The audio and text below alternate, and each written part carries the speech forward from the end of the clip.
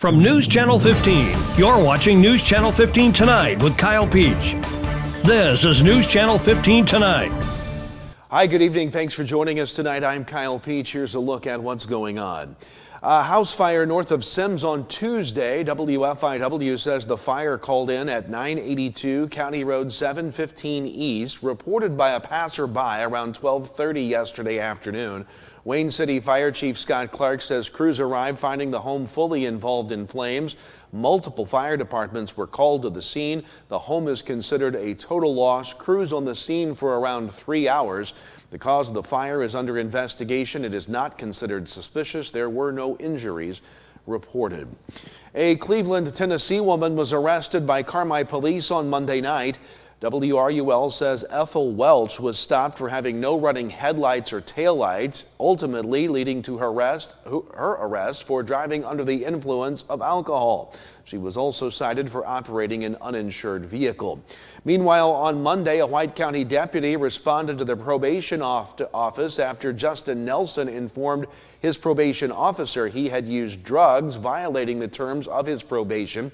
Nelson, who was placed on probation after pleading guilty to possession of meth back in September, was taken into custody. And also on Monday, Willie Wiseman of Galatia, who was already in the White County jail, was served a new warrant out of Hamilton County on a charge of domestic battery.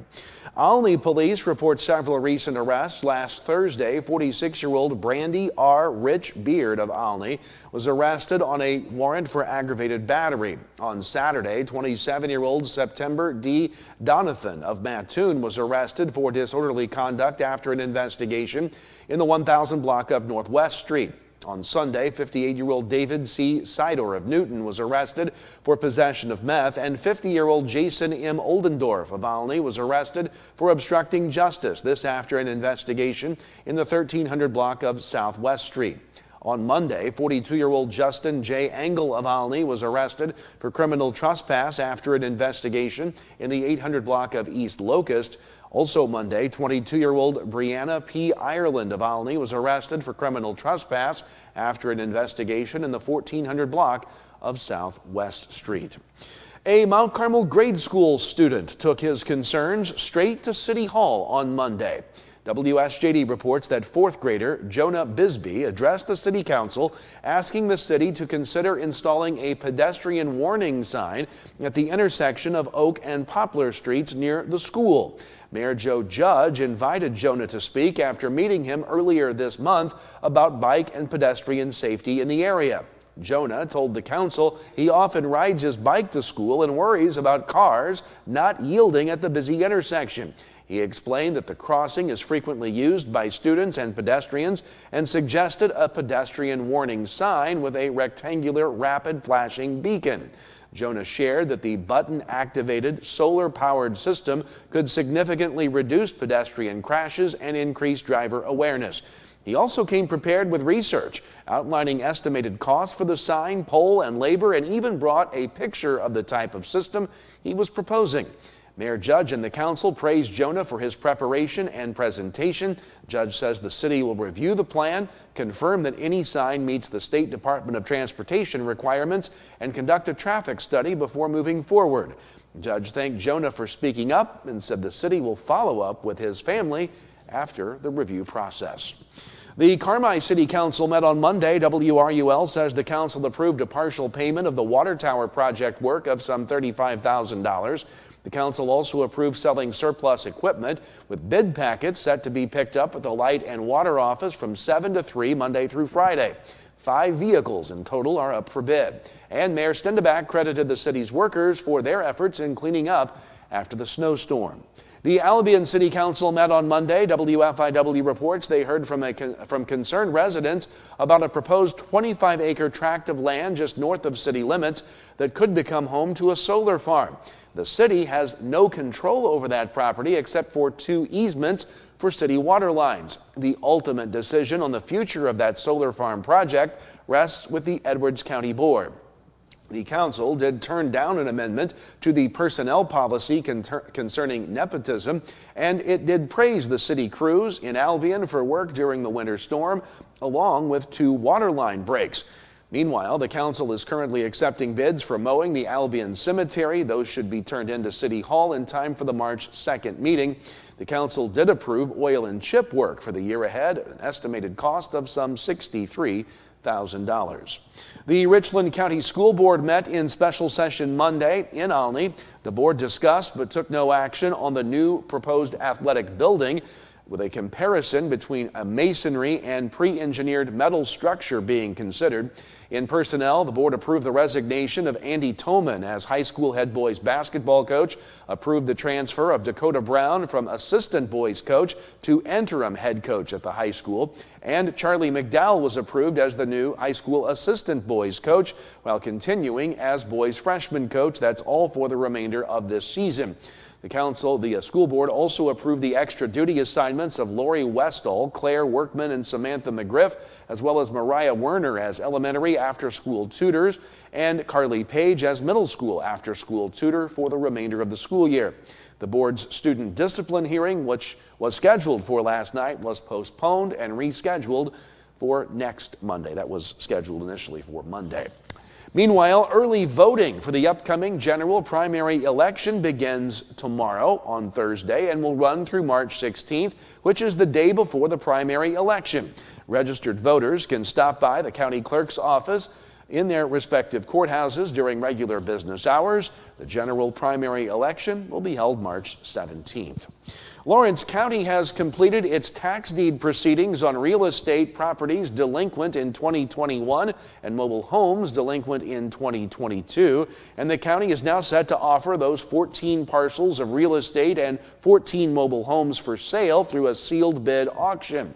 All sealed written bids must be in the Lawrence County Treasurer's office at the courthouse at 1106 Jefferson Street, Lawrenceville, no later than the close of business Friday the 13th. Online bids can be submitted via iltaxsalebids.com no later than the close of business, also on February 13th. The required minimum bid for real estate is $822. For mobile homes, it's $915. All items will be sold to the highest sealed bid received on or before the 13th. Complete bid packages and sale catalogs are available at the Treasurer's office or online at iltaxsale.com. Finally, some sad news tonight. Former McLeansboro Mayor Richard Dick Dietz passed away Monday at his home.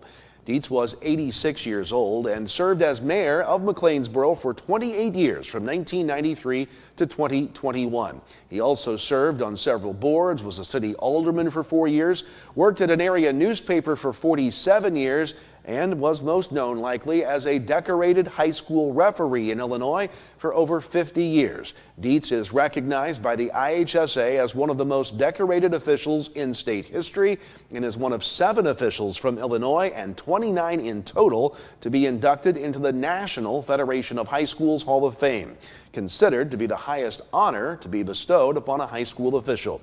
Dietz is survived by his wife Sue, a son and daughter, his grandchildren, a brother-in-law, sister-in-law, several nieces and nephews. Visitation will be Friday from 5 to 8 p.m. Funeral will be Saturday at 11 a.m. at Hari Funeral Home in McLeansboro. Burial will be in the IOOF Cemetery in McLeansboro.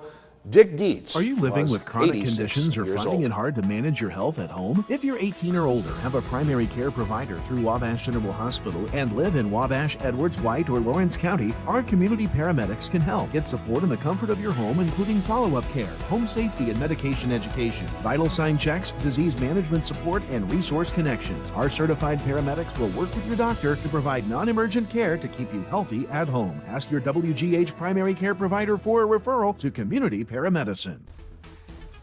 There's a lot of things that you can do to help and reduce your heating bills over the wintertime. Open the draperies in the house. Let the sun warm the interior of your home during the day. That helps reduce some of that heating load during the day. Consider installing programmable thermostats. You can drop the temperature down while you're not there, or in the evening times when you're asleep, make the house a little cooler, and then have those programmable thermostats bring the temperature up at the times you're actually in the home, not away.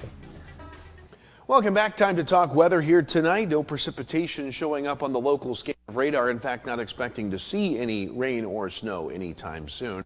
Checking numbers today, 27 was our high this afternoon. A cooler day than yesterday, 20 the low this morning. Cloudy skies out there, but the temperatures are going to go on the warming trend. More on that in just a moment. Putting the maps in motion, all the precipitation on the board is off to the east and off to the north of us here. Just a lot of clouds for us to work through. We'll continue to work through those clouds as we move through the day on Thursday. You'll see a pretty powerful system develop here out to the east. Fortunately, we're going to miss out on all of that, but some of the clouds associated with that system will continue to plague us on Friday. A few rays of sun may hop in there every once in a while, but it's going to be a cloudy end to the work week. Chilly tonight, a mix of clouds out there. Overnight lows will be in the lower teens across the region, looking at 11 in Olney and Mount Carmel, 13 in Fairfield and Carmi. As we look on your Thursday, here comes a little bit of the warm up from the 20s today to around 30 most places tomorrow on the board, 33 in McLeansboro, 31 in Flora. On Thursday night into Friday, not as cold, cloudy skies for the most part. Maybe a few passing peaks of the moon out there as we go toward daybreak. The low temperatures as we wake up Friday morning, pretty seasonal, upper 20s across the board. And on Friday, we may see a few rays of sun pop through those clouds. Trying to anyway, but at least the temperature will warm. We'll be in the mid 40s, 47 in McLeansboro, 46 in Carmi. Low 40s to the north around Newton and Effingham. And as we go further out, we have another little dip in the temperature on Saturday, only 30 for the high, but right back to 45 with more sun on Sunday. 48 Monday, a chance of showers, 55 on Tuesday, hanging around 50 next Wednesday. Boy, does that sound good. We'll talk sports. That's next. Get your new Ford at Steve Faulkner Automotive. Lease a new 2025 Ford F-150 for $484 a month, or lease a 2025 Bronco for $493 per month on a 36-month lease. Find your new vehicle at SteveFaulknerAutomotive.com. Your best deals are at Steve Faulkner Automotive. Get a 2026 Pacifica with 1.9% financing, or lease a 2026 Wrangler for $397 a month. See store for details and go to SteveFaulknerAutomotive.com. Teaching kids about money is an important step, and the Student Plus account from the First National Bank makes it simple. It's a free checking account designed for students who are learning to manage their own spending with tools that help parents stay connected. With spending limits, real-time alerts, and instant transfers, students can build smart money habits while parents have peace of mind. Getting started is easy. Visit the nearest branch to open a Student Plus account and choose the features that fit your family best. The Student Plus account from the First National Bank. Parents choose the controls, students learn responsibility. Member FDIC. Welcome back. Time to wrap up with sports tonight. At boys high school basketball yesterday, Edwards County beat Carmi 51-32. Fairfield over Wayne City 59-40. Hamilton County beat Massac County 71-59. Mattoon over Olney 75-42. Lawrenceville over Sisney 83-28. Teotopolis beat Newton 61-57. Red Hill beat OPH 60-52. Grayville over Martinsville 70-65. NCOE beats Galatia 71-36, and North Clay beat Neoga 66-33. One girls score. Flora beat El Dorado 60-28. Well, finally tonight, our friend and colleague Dave Rigg has announced today that this will be his final season calling Edwards County sports. The 77-year-old Rigg is wrapping up his career after 59 years behind the mic of high school sports coverage. Dave is an Edwards County High School graduate and an alum of our radio TV program right here at Wabash Valley College. Dave has called games for WVC, Mount Carmel, Fairfield, Edwards County, and more, and has been the voice of the Lions since 1979. He began webcasting those Lions games in 2002. Dave, of course, known for that bright red sports coat. He was elected to the Edwards County Sports Hall of Fame in 1998. Dave will continue to produce his daily Gospel Time program carried on 13 radio stations in Illinois, Indiana, Kentucky, and Texas. Our congratulations to our friend Dave Rigg. Thanks to him for many years of covering the Lions and making those broadcasts available to you right here on News Channel 15. We wish him the very best. That's going to do it for us tonight. Thanks for watching. We'll see you tomorrow for more news. Kyle Peach from all of us at News Channel 15. Have a great night.